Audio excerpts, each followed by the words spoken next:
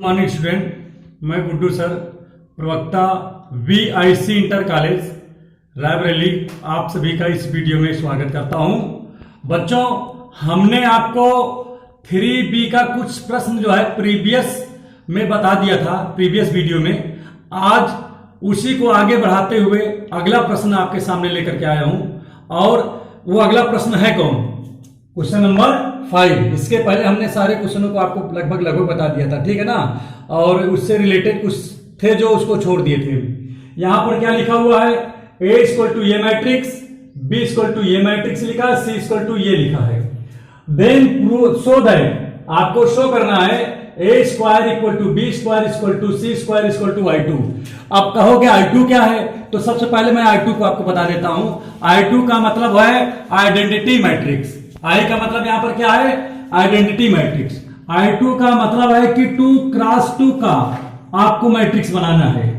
अगर इसी की जगह I3 होता तो अर्थात आपको 3 क्रॉस 3 का मैट्रिक्स बनाना होता। क्लियर हो गया नहीं हो गया? अब यहां पर देखिए आइडेंटिटी मैट्रिक्स क्या होता है। देखिए आइडेंटिटी मैट्रिक्स में आपका जो डायगोनल होता है वो 1 होता है। जैसे डायगोनल आपका ये है और इसके ऊपर नीचे सब 0 होते हैं। इधर वाले में देखिए क्या होगा, 1 0 0 0 1 0 0 0 1। तो देखिए इसमें भी ये डायगोनल है। देखिए आपका डायगोनल 1 आ गया कि नहीं आ गया? और इसके ऊपर नीचे जितने भी एलिमेंट हैं सब आपके क्या हो गए? 0 हो गए। ठीक है, इसी को क्या कहा जाता है? Identity matrix. क्लियर हो गया नहीं हो गया? अब आइए क्वेश्चन पे हम आते हैं। क्वेश्चन क्या है उसके बारे में देखते हैं। ठीक है, मिटा देना इसको। हाँ ठीक। अब इसके बाद देखिए सबसे पहला काम है कि भाई A स्क्वायर की वैल्यू निकालना है आपको। तो मैंने आपको पहले तो आप लिखो A स्क्वायर, यहां पर A स्क्वायर इक्वल टू क्या आएगा? A इंटू A आएगा। ठीक है, और जैसा कि आपको पता है A की वैल्यू ऊपर दी हुई है। क्या दिया भाई? 1 0 0 1। और यहां फिर से A है तो फिर से वही चीज लिखना पड़ेगा, 1 0 0 1। अब चलो मल्टीप्लाई किया जाए। हमने आपको मल्टीप्लाई करने का तरीका बता ही दिया था। भाई देखिए इसमें टोटल कितने रो हैं? इसमें 2 रो हैं, R1 और ये R2 है। दूसरे वाले में क्या देखते हैं? कॉलम देखते हैं, C1 ये C2। और जैसे आपके पास 2 रो हैं तो आप यहां लिखोगे R1 और R2। और यहां पर देखिए कॉलम कितने हैं? 2 हैं। तो R1 का पहले मल्टीप्लाई होगा C1 में, उसके बाद C2 में। इसी तरीके से R2 का पहले होगा C1 में, उसके बाद C2 में। ये प्रीवियस जो है आपको वीडियो में बताया जा चुका है। ठीक है, अब यहां पर कहने का मतलब आप कैसे इसको मल्टीप्लाई करोगे? आप एक चीज और भी जान लीजिए, देखते हैं हम मल्टीप्लाई कैसे करेंगे। सबसे आसान तरीके से मैं आपको बताने चल रहा हूं। देखिए पहले R1 का C1 में होगा। ठीक है, तो R1 आपकी ये लाइन है, C1 ये लाइन है। मल्टीप्लाई करने का तरीका क्या होता है कि पहले वाले में क्या देखते हैं? रो देखते हैं, दूसरे वाले में कॉलम देखते हैं। ठीक है, अब यहां पर देखिए पहले वाले में रो में देखते हैं क्या? एलिमेंट देखते हैं। तो पहले वाले देखिए इसमें जो मैट्रिक्स है इसमें रो में 2 एलिमेंट हैं, और दूसरे वाले मैट्रिक्स में कॉलम में देखते हैं कितने एलिमेंट हैं। तो इसमें भी देखिए 1 2 एलिमेंट है कि नहीं? तो इसका मतलब दोनों का मल्टीप्लाई आराम से हो सकता है। क्लियर हो गया नहीं हो गया? अब यहां पर मल्टीप्लाई करने के तरीके देखिए। पहला देखिए, पहले R1 का C1 में करेंगे। तो चलो R1 पे उंगली रखते हैं और C1 पे। पहला एलिमेंट पहले एलिमेंट के साथ होगा और दूसरा एलिमेंट दूसरे एलिमेंट के साथ होगा। कभी ऐसा मत सोचना कि 1 का 1 में भी होगा और 1 का 0 में भी होगा, ऐसा नहीं है। ठीक है, अगर 1 एलिमेंट का केवल 1 ही एलिमेंट के साथ होगा। जैसे कैसे? जैसे देखिए 1 का 1 में होगा 1 1 जा 1, और अब 0 अगले का देखा, 1 का 1 में किया तो अगला अगले के साथ मल्टीप्लाई होगा, मतलब 0 का 0 में होगा तो 0 0 जा 0 हो गया। इसी प्रकार से देखिए आपने R1 का C1 मल्टीप्लाई कर लिया। अब हम क्या करेंगे? R1 का अब C2 में करेंगे। तो R1 कौन है आपका? R1 ये लाइन है, C2 ये है। तो पहला पहले के साथ मल्टीप्लाई होगा, दूसरा दूसरे के साथ मल्टीप्लाई होगा, और दोनों के बीच में प्लस लगा देते हैं, जैसा कि मैंने आपको पहले बता ही दिया है। तो आपका क्या देगा? 1 0 जा 0 और 0 1 जा, ये भी आपका 0 हो जाएगा। ठीक है, अब देखिए मैंने R1 से C1 और C2 दोनों मल्टीप्लाई कर दिया। अब हम क्या करेंगे? अब हम उठाएंगे R2 का पहले C1 में करेंगे। तो भाई R2 आपका ये लाइन है 0 1 और C1 क्या है 1 0। तो पहला पहले के साथ मल्टीप्लाई होगा, दूसरा दूसरे के साथ मल्टीप्लाई होगा।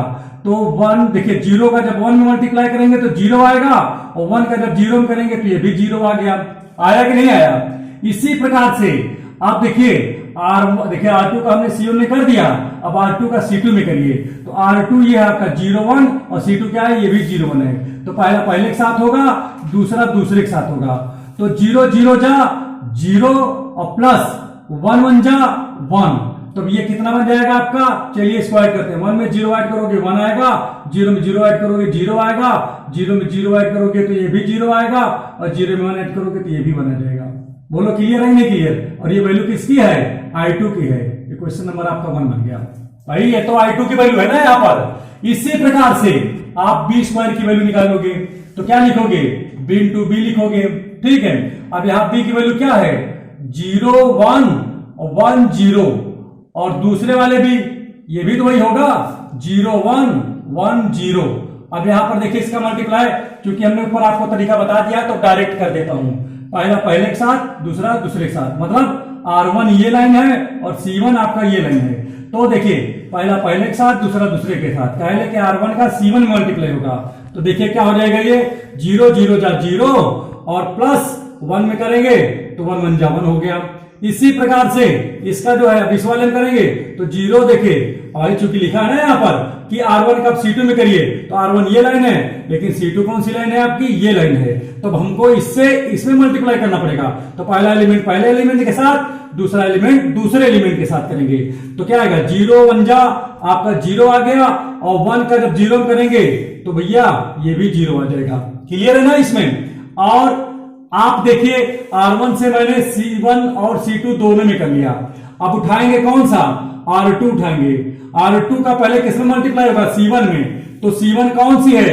ये लाइन आपका C1 है। तो पहला एलिमेंट पहले एलिमेंट के साथ, दूसरा एलिमेंट दूसरे के साथ। ऐसा नहीं होगा कि आप पहला एलिमेंट पहले में भी कर दो, दूसरे में कर दो, ऐसा नहीं होता है, ये गलत माना जाता है, ठीक है ना? गलत हो जाता है इससे, ठीक है। अब क्या करोगे? पहला पहले के साथ करोगे तो 1 0 जा आपका 0 आएगा, और फिर उसके बाद प्लस लगा दोगे, और दूसरे का दूसरे करोगे 0 1 जा, ये भी 0 आ गया, ठीक है। इसी प्रकार से आप किस में करेंगे? अब आप इसमें करोगे C2 में। तो 1 का जब 1 में करोगे 1 1 जा 1 आएगा, और फिर 0 का 0 में करेंगे तो ये भी क्या आ जाएगा भैया?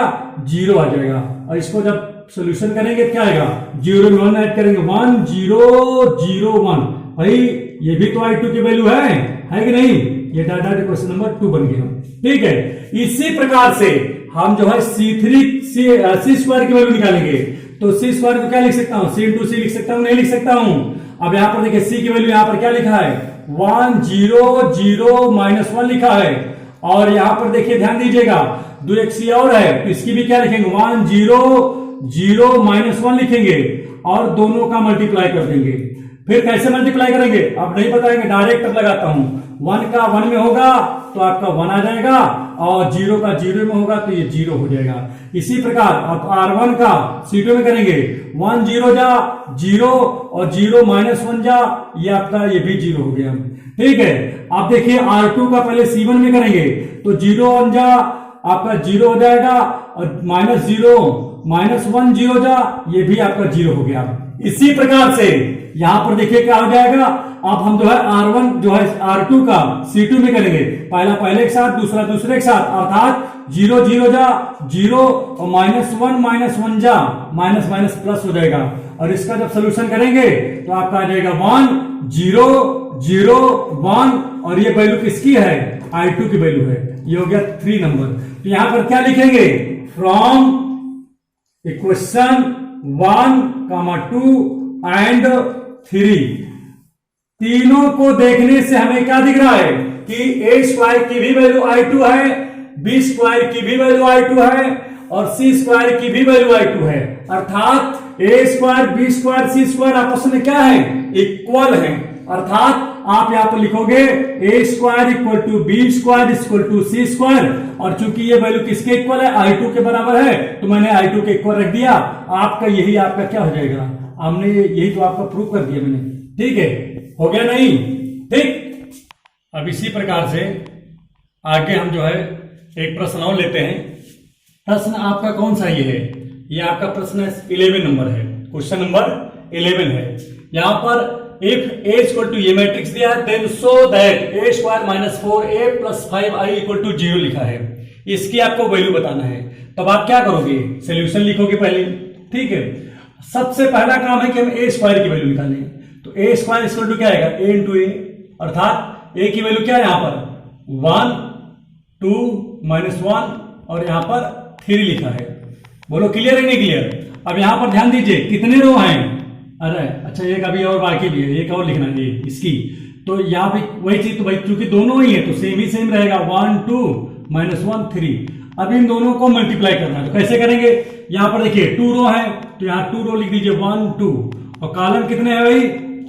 भाई देखिए पहले वाले में रो देखते हैं, दूसरे वाले में क्या देखते हैं? कॉलम देखते हैं। तो कॉलम इसमें कौन है? एक कॉलम ये है, ये आपका C1 है, ये आपका C2 है। इसमें रो की बात करें तो ये R1 है और ये R2, अर्थात ये रो है, ठीक है। 1 रो, ये 1 रो, 2 रो हो गए। कॉलम कितने? 1, 2। तो देखिए यहां पर C1, C2, C1, C2, ये आपका कंडीशन है, कैसे सोल्यूशन करोगे, ठीक है। अब हमने आपको प्रीवियस वाले जो है वीडियो में बता दिए थे कि दो मैट्रिक्स का आपस में मल्टीप्लाई कैसे करते हैं, 2 मैट्रिक्स का आपस में मल्टीप्लाई कैसे करते हैं, ये प्रीवियस में मैंने आपको बता दिया था, ठीक है। तो देखिए सबसे पहला काम क्या होता है मल्टीप्लाई करने का तरीका। मैंने बताया था कि पहले R1 का C1 में होगा। देखिए फर्स्ट जो मैट्रिक्स होता है उसमें रो लेते हैं और सेकेंड मैट्रिक्स में हम कॉलम लेते हैं। बात समझ में आ गई नहीं आ गया? यही मल्टीप्लाई का कंडीशन है, रो कॉलमों का मल्टीप्लाई होता है, ठीक है। तो पहले से रो लेंगे, तो देखिए रो कौन सा लेंगे? पहले R1 लेंगे, और R1 का पहले मल्टीप्लाई किसमें होगा? C1 में, क्योंकि यहां पर हमने इसीलिए रूल लिख भी दिया मल्टीप्लाई करने का, ठीक है। तो देखिए 1 का मल्टीप्लाई कैसे होता है ये भी देखिए, पहले 1 का 1 में करेंगे, ठीक है, फिर -1 का 2 में करेंगे। ऐसा नहीं करते हम लोग कि 1 का मल्टीप्लाई 1 में भी कर दें और फिर इसी 1 से जो है तुरंत 2 में कर दें। ऐसा करेंगे तो गलत हो जाएगा, ठीक है। इसमें क्या होता है कि जैसे पहला एलिमेंट पहले एलिमेंट के साथ मल्टीप्लाई होगा तो दूसरा दूसरे के साथ में आपस में मल्टीप्लाई करेगा, और दोनों को जो मल्टीप्लाई करने के बाद में आपस में जोड़ देते हैं, ऐड कर देते हैं। अर्थात जैसे क्या करेंगे, 1 का जब 1 में मल्टीप्लाई करेंगे 1 1 जा 1 आ जाएगा, और यहां पर देखिए अब प्लस होता है यहां पर। अब सेकेंड के करेंगे तो -1 2 जा -2, तो प्लस माइनस आपका ये -2 हो जाएगा। क्लियर हो गया नहीं हो गया? इसी प्रकार से अब हम जो है R1 का C2 में करेंगे। तो R1 कौन है? ये आपका 1 है, और C2 देखिए R1 में आपका पहला एलिमेंट 1 है और C2 में पहला एलिमेंट आपका कौन है? -1 है। तो 1 -1 का मल्टीप्लाई करेंगे तो -1 आएगा, और प्लस, ठीक है, सेकेंड का सेकेंड में करेंगे तो क्या आ जाएगा? 3 1 जा 3, लेकिन यहां माइनस लगा है तो यहां भी आपका -3 आ जाएगा। बोलो क्लियर हो गया नहीं हो गया? इसी प्रकार से अगर अब देखिए R1 का आपने C1 में भी कर दिया मल्टीप्लाई और R1 का C2 में भी कर दिया मल्टीप्लाई, अब क्या आएगा? R2 का C1 में करेंगे तो R2 वाली आपका कौन सी लाइन है? 2 3, और देखिए R2 का C1 में करेंगे, C2 नहीं, पहले C1 में होगा उसके बाद C2 में, ठीक है। R1 आपका कौन सा है? 2 3, और C1 कौन सा है? 1 2। तो पहला पहले के साथ होगा, दूसरा दूसरे के साथ मल्टीप्लाई होगा, तो 2 1 जा कितना हो जाएगा? 2 हो गया, और सेकेंड क्या है? यहाँ सेकेंड 3 है, यहाँ 2 है, तो 2 3 जा कितना आ जाएगा? 6 आ जाएगा। इसी प्रकार देखिए हमने R2 का C1 में कर दिया, अब R2 का मतलब C2 में होगा तो क्या आएगा? ये R2 कौन है? 2 3 ये है, और C2 ये लाइन है, तो पहला पहले के साथ अर्थात 2 का -1 में होगा और 3 का 3 के साथ, क्योंकि ये सेकेंड एलिमेंट है, ये भी इसका सेकेंड एलिमेंट है। तो 2 1 जा -2 आ गया, और 3 3 जा कितना हो जाएगा? 9। अब इसको सोल्यूशन करते हैं, देखते हैं कितना आता है। 1 से 2 जाएगा, -1 बचेगा, -4 हो गया यहाँ पर, ठीक है। इसे इन दोनों को ऐड कर देंगे तो 8 हो जाएगा, और 8 से जब 2 जाएगा तो कितना आएगा? 7 आ जाएगा। ये क्या निकला? अभी तो मैंने एक की वैल्यू निकाला, ए स्क्वायर की वैल्यू निकाला। आप क्या करेंगे? आप इसकी वैल्यू निकाल लेंगे। तो इसको हमको शो करना है, प्रूव करना है, तो पहले चलो लेफ्ट हैंड साइड ले लेते हैं। तो लेफ्ट हैंड साइड क्या है? ए स्क्वायर -4a प्लस 5i है, ठीक है। चलो वैल्यू रख देते हैं। जब वैल्यू रखेंगे तो क्या आ जाएगा? यहीं पे देखिएगा, ए स्क्वायर की वैल्यू क्या है भाई? यहां निकाले हम, क्या निकला भाई? -1 8 -4 7 और 4, अब ए लिखा है, ए की वैल्यू कितना है 1 2 -1 3 और प्लस 5, आई की वैल्यू क्या लिखा है 1 0 0 1। अब आप कहोगे कैसे इतना आ गया, यहाँ तो I2 लिखा नहीं है, लेकिन हम ऐसे जान गए क्योंकि सभी जो है 2x2 में काम हो रहा है, इसका मतलब I भी 2x2 का ही मैट्रिक्स होगा। बात समझे कि नहीं समझे? अब देखिए क्या होगा, पहले तो एक काम करेंगे, पहला काम है कि -1 8, इसको ऐसे ही लिख लेंगे, -4 7 लिख लिया। अब इसमें देखिए प्लस वाले को पहले लिखेंगे, काहे की बॉड मास के हिसाब से काम करेंगे हम यहाँ पर। तो क्या हो जाएगा 5 1 जा क्या आ जाएगा 5 5 0 0 और यहाँ पर क्या आएगा 5 0 0 और 5 1 जा 5 और इसको जो है बाद में लिखेंगे क्योंकि निगेटिव है, ठीक है। तो अंदर जाएगा क्या आ जाएगा 4 1 जा 4, भाई चूंकि इसके अंदर जाएगा मल्टीप्लाई हो जाएगा ना इसमें, 4 1 जा 4 और यहाँ -4 हो जाएगा, इसका जब इसमें मल्टीप्लाई करेंगे तो क्या आ जाएगा भाई आपका 4 2 जा 8 आ जाएगा और यहाँ पर कितना आ गया बताइए, इसका जब इसमें करेंगे तो क्या आ जाएगा 4 3 जा 12 हो गया, ठीक। अब इधर जगह नहीं है तो इधर लिख देता हूं, इधर जगह नहीं है। चलो इन दोनों को ऐड किया जाए, जब ऐड करेंगे तो इक्वल टू क्या बन जाएगा, यही 5 में से 1 भाई ऐड करेंगे तो सब्ट्रैक्ट हो जाएगा क्योंकि ये प्लस का 5 है, ये माइनस का 1 है, ठीक है। तो 5 में जब 1 सब्ट्रैक्ट होगा तो क्या बनेगा, ये 4 बन जाएगा। अब देखिए 0 में -4 को ऐड करेंगे तो ये क्या बन जाएगा -4 हो जाएगा। अब यहाँ पर देखिए 8 में 0 ऐड करेंगे तो आपका ये 8 हो जाएगा, यहाँ 7 में 5 ऐड करेंगे तो ये क्या हो जाएगा आपका 12 हो जाएगा। और यहां पर देखिए क्या लिखा हुआ है, यहां पर देखिए 4 -4 8 और यहां पर 12 है। अब आप ध्यान दीजिएगा भाई, देखिए सब्ट्रैक्ट करोगे, इसमें से ये सब्ट्रैक्ट होगा 0 होगा, इसमें से इसको सब्ट्रैक्ट करेंगे तो ये भी आपका 0 हो जाएगा, इसमें से इसको सब्ट्रैक्ट करेंगे तो ये भी 0 होगा। क्यों? क्योंकि 8 और 8 इक्वल हैं, 12 से 12 जाएगा तो ये भी 0 होगा, भैया आपका टोटल 0 तो ये भी तो 0, ये 0 इसकी वैल्यू क्या होगी 0 होगी। जब किसी भी इसमें जो है मैट्रिक्स में अगर जो है क्या कहते हैं जी के मतलब एक लाइन ही अगर 0 हो जाए तभी 0 हो जाता है, यहाँ तो दो लाइन जो है 0 हो गई, ठीक है। अब यहां पर देखिए लिखेंगे left hand side equal right hand side, यही आपको प्रूव करना था। आसान था कि नहीं था भाई? देखिए लेफ्ट के आपको इसको 0 के इक्वल दिखाना था, आपका ये 0 के इक्वल हो गया, ठीक है। इसी में एक पार्ट जो है ये भी है, मैंने आपको फर्स्ट पार्ट बताया, अभी आपका सेकेंड पार्ट है। इसमें भी देखिए क्या लिखा हुआ है, इसमें लिखा if fx equal to x² + 3x - 5 and a equal to ये मैट्रिक्स, देन फाइंड fa की वैल्यू पूछ रहा है। तो यहां पर पहली बात तो है कि पहले तो हम देखिए एक काम करते हैं, काम क्या करते हैं देखिए, सॉल्यूशन इसका कैसे करेंगे। गिवन में क्या है, गिवन में है fx इक्वल टू क्या लिखा है x² + 3x - 5। अगर बेटा यहां पर ध्यान दीजिएगा, अगर यहां x लिखा है तो यहां x लिखा ही नहीं लिखा है। अगर मैं यहां चूंकि हमको fa की वैल्यू चाहिए, तो अगर हम क्या कर दें x की जगह पे अगर हम a रख दें तो क्या हो जाएगा भाई, यहां पर a² आ जाएगा, यहां 3a आ जाएगा, यहां -5 आ जाएगा। अर्थात अब हमें किसकी वैल्यू चाहिए, पहले a² की वैल्यू चाहिए।